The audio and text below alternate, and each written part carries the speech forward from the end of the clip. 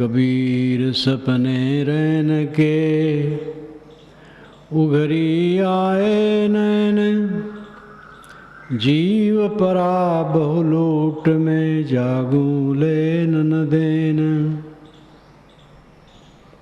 सतगुरु कहते हैं कि सोए थे, रात में सपने देख रहे थे, इतने में आंखें खुल गई तो लगा जीव बहुत लूट में पड़ा है, लेकिन जागने पर उससे कुछ लेन देन नहीं है। लूट शब्द आनंद और दुख दोनों के लिए, वे बहुत लूट में पड़े, यानी बड़े आनंद में पड़े हैं, लूट रहे हैं आनंद, और वे लुट गए, ठगा गए। तो सपने में हानि हुई तो लूट गए, और सपने में लाभ हुआ तो सुख लूट लिए।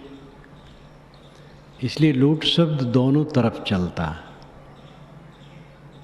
जीव परा बहुलूट में। इस जीवन में हम सपने देखते हैं, लगता है बहुत कुछ हमें मिल रहा है, कुछ मिल नहीं रहा। इंद्रियों के सामने हो रहा है, देख रहे हैं,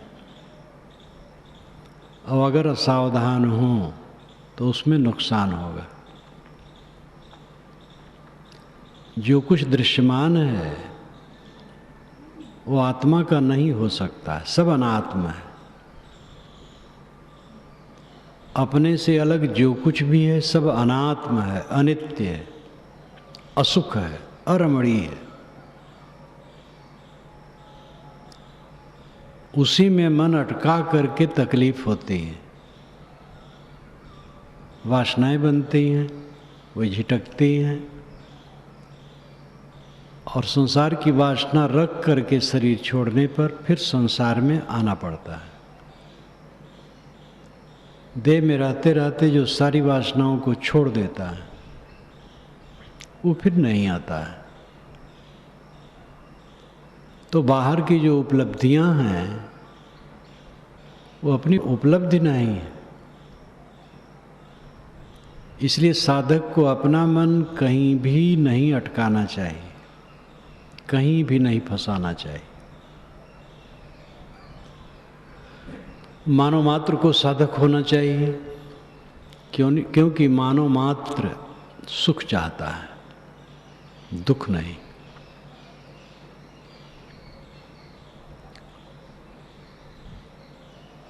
दुनिया की याद न करो, जो बन सके दुनिया की सेवा करो। दुनिया को जपो मत। दुनिया में रह करके जो आपका कर्तव्य है वो कर्तव्य कर दो। नींद खुली, हर्ष की बात झूठी ठहरी और शोक की बात झूठी ठहरी। इसी प्रकार ज्ञान होने पर नींद का भंग होना माना जाता है। जो आध्यात्मिक नींद है, आत्मा संबंधी नींद है, आत्मा को भूल जाना।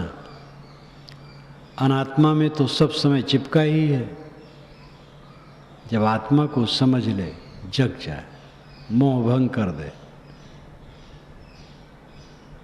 तब संसार के हानि लाभ झूठे लगने लगते हैं। हानि लाभ दो देह के झूठे, निज को जानी अमरते। दो रणधीर परस्पर भिड़ते। विशाल देव की वाणी।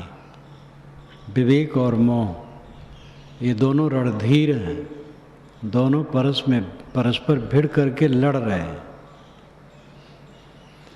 मोह और विवेक। जब स्वरूप ज्ञान हो जाता है और देह असत प्रतीत होने लगती है। और जब ये धारा निरंतर हो जाती है, सब समय लगती है, तब हर्ष और शोक बीत जाते हैं। जान लेने से नहीं बीतते। जहाँ कहा जाता है कि जान लिया और दुख दूर हो गया, तो जानने का अर्थ गहरा है। जैसे बिच्छू को जान लिया तो कोई पकड़ता नहीं, सांप को जान लिया ये सांप है तो दूर हट जाएगा।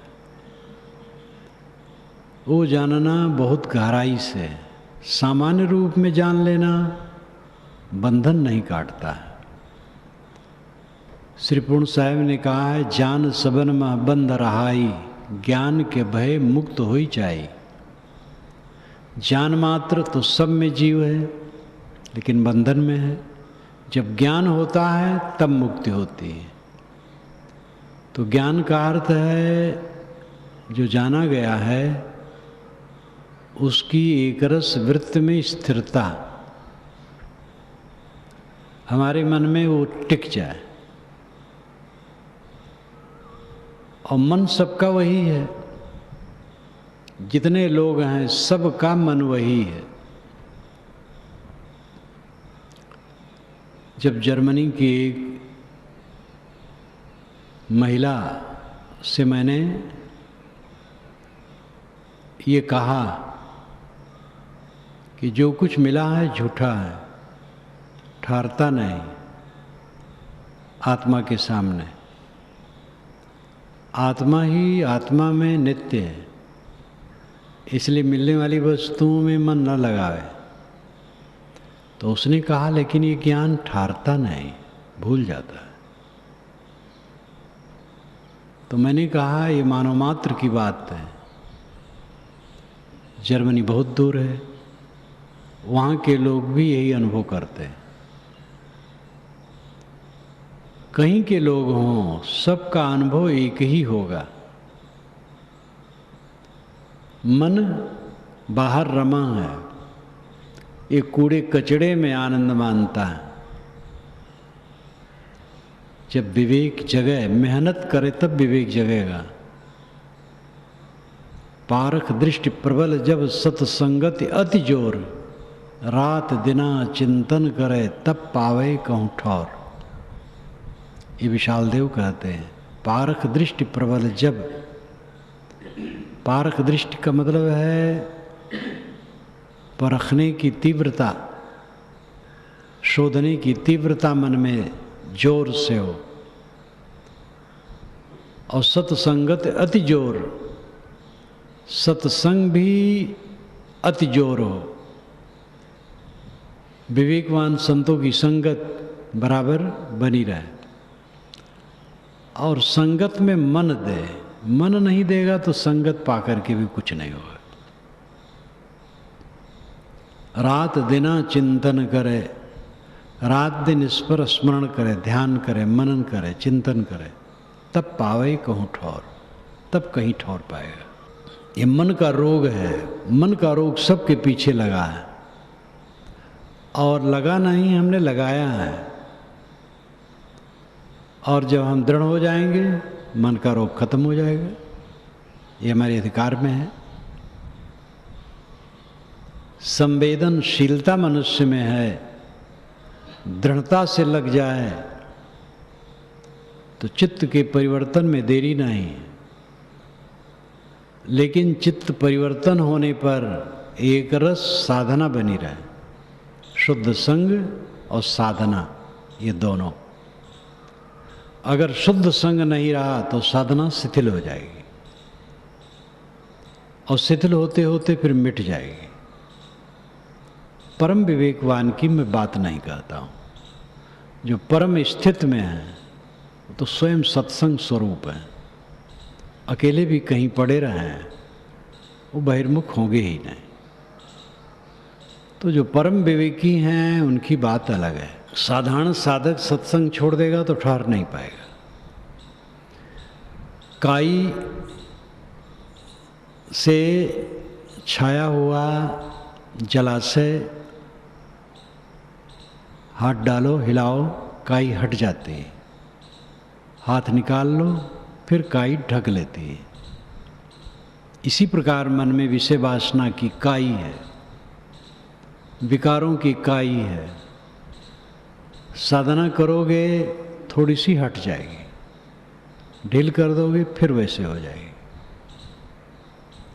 जब जोर से लगा जाएगा तब बदलेगा। दृढ़ता होते होते चित्त की स्थिरता होगी। चित्त की सुवस्था जीवन में सबसे बड़ी बात है। महासुख चित्त की सुवस्था में। कबीर यह संसार है जैसा सेमल फूले, दिन दस के व्यवहार में झूठे रंग न भूले। साहब कहते हैं पूरा संसार सेमल फूल की तरह है। सेमल के फूल बड़े बड़े लाल लाल, सेमल का पेड़ बड़ा होता है, शाखाएं खूब होती और ऋतु आने पर वसंत के पूर्व ही खूब खिल जाता है, फूल एकदम भर जाते हैं। कहीं कहीं सेमल के पेड़ को देखो तो पत्ते ढक जाते, इतने फूल हो जाते हैं। और फिर उसमें फल आते हैं, फल भी अच्छे गोल गोल बड़े बड़े, लेकिन उसमें केवल सूखी रुई होती है और कुछ नहीं होता। फूल में न गंध और न फल में कोई रस। संसार की दशा यही है। फूले न फले आकी है बानी, साहब बीजक में दूसरे ढंग से कहते हैं। ये प्रकृति का स्वभाव है, फूलती फलती नहीं है, यानी आनंद नहीं देती है, यहाँ का अर्थ है। यह संसार सेमल के फूल के समान देखने भर का आकर्षक है। सारी चुभन इसी में ममता मोह बना करके होती है। दिन दस के व्यवहार में झूठे रंग न भूल। 10 दिन का व्यवहार है। 10 दिन कहना लाक्षणिक है, थोड़े दिन का।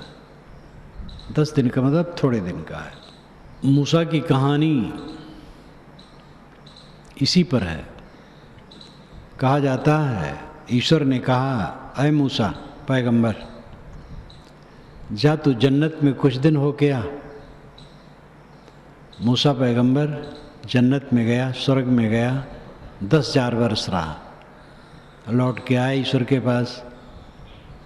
ईश्वर ने कहा, तुम्हें कैसा अनुभव हुआ? कहा, हुजूर ऐसे लगा कि एक मुसाफिर खाना में प्रवेश किया हूँ एक दरवाजे से, दूसरे दरवाजे से निकल गया हूँ। 10,000 वर्ष का समय ऐसे ही लगा। ये सब कहानियाँ समझाने के लिए हैं। चाहे भारतीय परंपरा की पौराणिक कहानी हो, चाहे इस्लामिक, चाहे ईसाइयत की, चाहे किसी की भी, ये कहानियाँ बातों को समझाने के लिए हैं। बहुत लंबा जीवन 100 का होता है, किसी किसी का 100 से ऊपर होता है। जयपुर में इस समय 136 वर्ष के मियाँ जी हैं और अपना सब काम कर लेते हैं। तो अपवाद स्वरूप ऐसा किसी को होता है। 100 के पहले प्रायः मर जाते हैं, कोई 100 तक जाता है। जो 100 तक जाता है वो बहुत माना जाता है। वेद में तो बारंबार यही कहा गया, 100 वर्ष जीने की लालसा, 100 बसंत देखें, 100 वर्ष जिए। लंबी आयु भी अंत में कुछ नहीं है। 10 दिन के व्यवहार में झूठे रंग न भूल। झूठा रंग, झूठी चाल पहल, झूठी चमक दमक, सारा संबंध क्षणिक, इसमें भूलो मत। ये सेमल फूल के समान है। बारंबार ऐसा सद्गुरु क्यों कहते हैं, अन्य संत भी क्यों कहते हैं? क्योंकि इसी में भूल करके आदमी विकारग्रस्त होता है तो वो मर्यादा विरुद्ध भी काम करता है। आत्मा के विरुद्ध तो पहले आत्मा के विरुद्ध करता है, विषयों में चिपकता है, लेकिन लोक मर्यादा के विरुद्ध भी करता है वो, फिर पाप भी करता है। लोक मर्यादा से भी ऊपर उठ करके या नीचे गिर करके कहो, पाप करता, चोरी, हत्या, व्यभिचार। इसलिए विवेकवानों ने भोगों के प्रति सदैव उसकी असारता का वर्णन किया है। कबीर जो दिन आज है सो दिन नाही काले, चेत सके तो चेत ले मीच परी है ख्याले। साहब कहते जो दिन आज है वो कल नहीं है। आज हम चलते फिरते हैं, उठते बैठते हैं, काम धंधा करते हैं, एक दिन आएगा कि उठ बैठ नहीं पाएंगे, चल फिर नहीं पाएंगे, ऐसा दिन आ सकता है।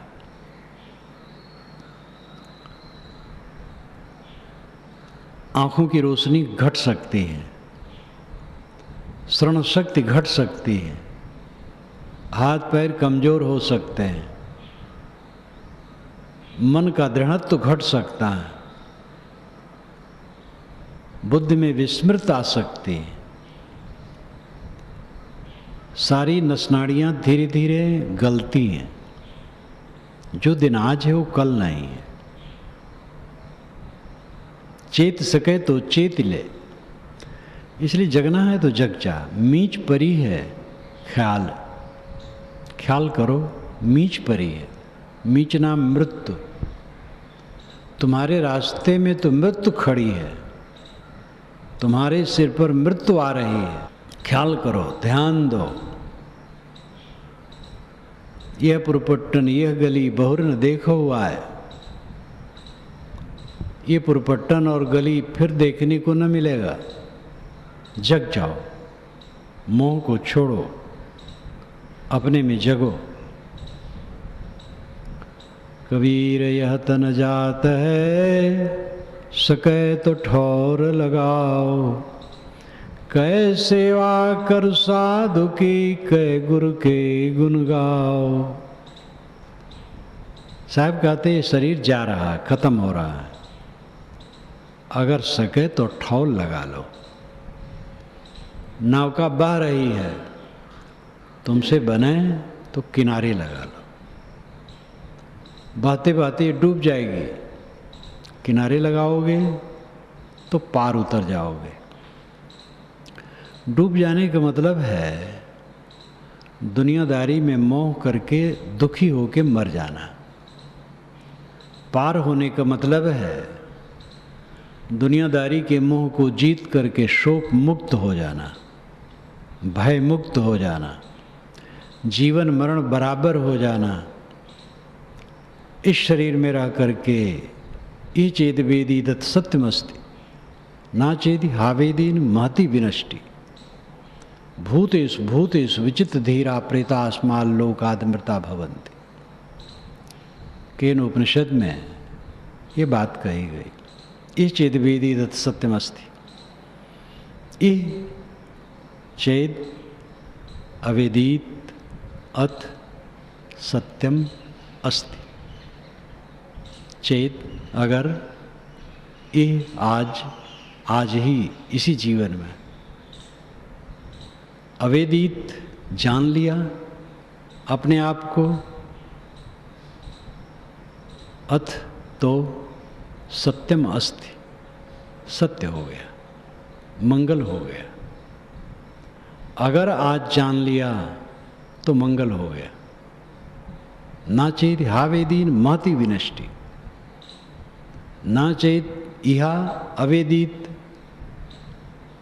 अगर यही नहीं जाना, महति विनष्टि, महान विनाश है। आज ही अगर नहीं जान लिए तो महान विनाश है।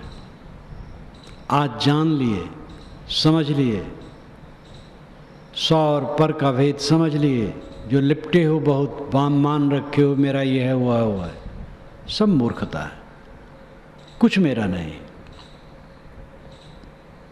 ऐसी पूर्ण जागृति हो गई तो सत्यम अस्ति, मंगल है। ना चेति हावी दीन महति विनष्टि। यदि यह अवेदित न आज जाना नहीं तो महति विनष्टि, महान विनाश है। भूतेषु भूतेषु विचित्र धीरा, धीरा विवेकवान पुरुष जिनमें धैर्य है, जो विचलित नहीं होते, गहरे में उतरे हुए विवेकी, वे भूत भूत में चिंतन करके, भूतेषु भूतेषु विचित्र धीरा। भूत का अर्थ प्राणी और भूत का अर्थ जड़ चेतन दोनों माना जा सकता है। जड़ चेतन दोनों का विवेक करके भूतेषु भूतेषु विचित्र धीरा, धीरा विवेकवान पुरुष, भूत भूत जड़ चेतन सबका विवेक करके, प्रेतास्माल लोकात, अस्माल लोकात, इस लोक से प्रेता जा करके अमृता भवन्ते, अमृत हो जाते हैं। इस लोक से छूट करके अमृत हो जाते हैं। भूतेश भूतेश का अभिप्राय प्राणी प्राणी भी किया जा सकता है। प्राणी प्राणी में अपना ही स्वरूप समझकर, सब तेरे तू सबने का, तू सबका है सब तेरे, मेरा ही सजात सब घटों में बैठा है, ऐसा समझ करके रागत द्वेष से मुक्त हो जाता है। सबके प्रति हित कामना। प्रेतास अस्माल लोकात, अस्माल लोकात, इस लोक से प्रेत जा करके, प्रेत नाम जाना, प्रेत भाव, प्रेत चले जाने की स्थिति। इसीलिए प्रेत का अभिप्राय होता है जो चला गया है, लेकिन मान लेते हैं वो भूत प्रेत हो गया है, वह इस लोक से छूट जाता है। जो वस्तु को समझ लेता है वो वस्तु से मुक्त हो जाता है, नहीं समझने वाला बंध जाता है। खाने को समझ लो तो खाने से मुक्त हो जाओगे, केवल शरीर पोषण के लिए दवाई की तरह खाओगे। खाने को नहीं समझोगे तो गलत और बेकार खा खा करके रोगी बनोगे।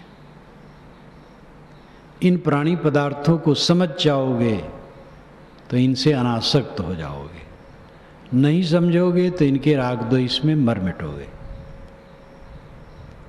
अगर हम दुनिया की वस्तुओं को समझ लें तो उससे ऊपर उठ जाएंगे, नहीं समझ पाते इसलिए उसमें फंस जाते हैं। साहब कहते हैं या तो साधु की सेवा करो या तो गुरु का गुणानुवाद गाओ। कबीर खेत किसान का मृगन खाया झारी, खेत बिचारा क्या करे धनी करे नहीं बारी। सदगुरु कहते हैं कि किसान के खेत को मृगों ने झार झारा खा लिया। मृग का अर्थ होता है 4 पैर के जानवर। एक मृग होता हिरन, वो मृग हिरन में रूढ़ है, लेकिन मृग शब्द चौपाया के लिए कहते हैं।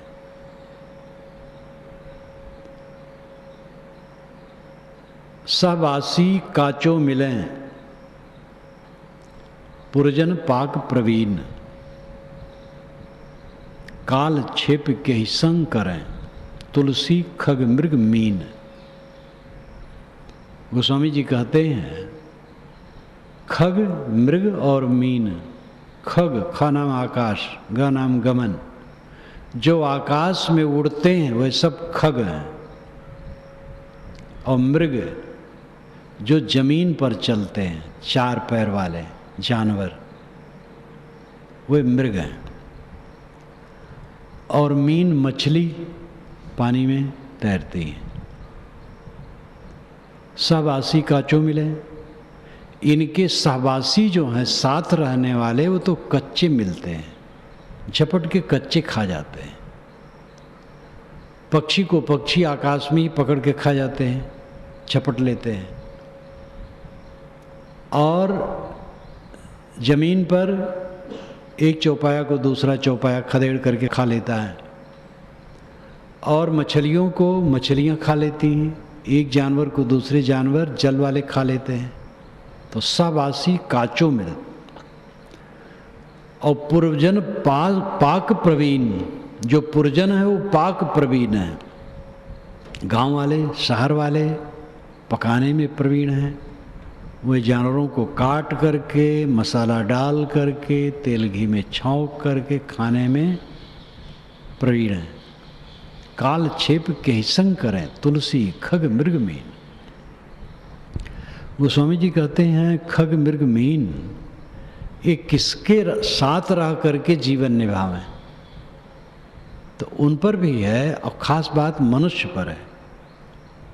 ऐसे मनुष्य हैं जो आसपास हैं वो कष्ट देने वाले, जो दूर के हैं वो कष्ट देने वाले। गरीबों का शोषण होता है, कानून का लाभ लेते हैं बलवान लोग, गरीब लोग पिसते हैं, निर्बल पक्ष पिसता है।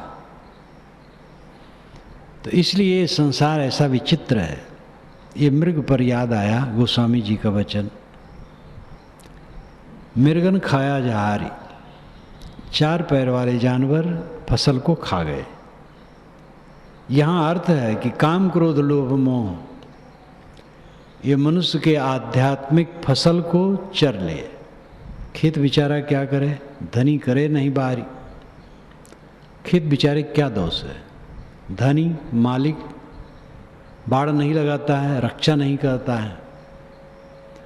अंतःकरण का क्या दोष है, अंतःकरण का राजा जीव है, दिल का राजा जीव है।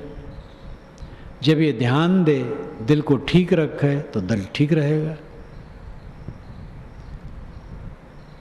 हर साधक का यह काम है कि अपने को संभाले, मन को स्वस्थ रखे। दुख उत्पन्न होता है अपने दोषों से। जो अपने से दोष हो गया हो, मन में, वाणी में, कर्मों में ग्लान कर ले। और दूसरे द्वारा अगर हमारे लिए कोई असभ्य व्यवहार हो गया हो तो हमें उसको क्षमा कर देना चाहिए, तब मन शीतल रहेगा। अपने दोषों को ग्लान करके निकाल देना, दूसरे के दोषों को क्षमा कर देना, सुधार का यही रास्ता है। भोगों की कामना न रखना, किसी से सम्मान पाने की चेष्टा न रखना। ऐसी मनोवृत्ति जब रहती है तो मन सरल हो जाता है। सरल मन समाहित करने में सरल होता है। साधक बैठा, मन को शांत कर दिया, व्यवहार में है तो भी कोई उद्वेग नहीं। मन जिसका शीतल सुबह संतुलित है वही सुखी है।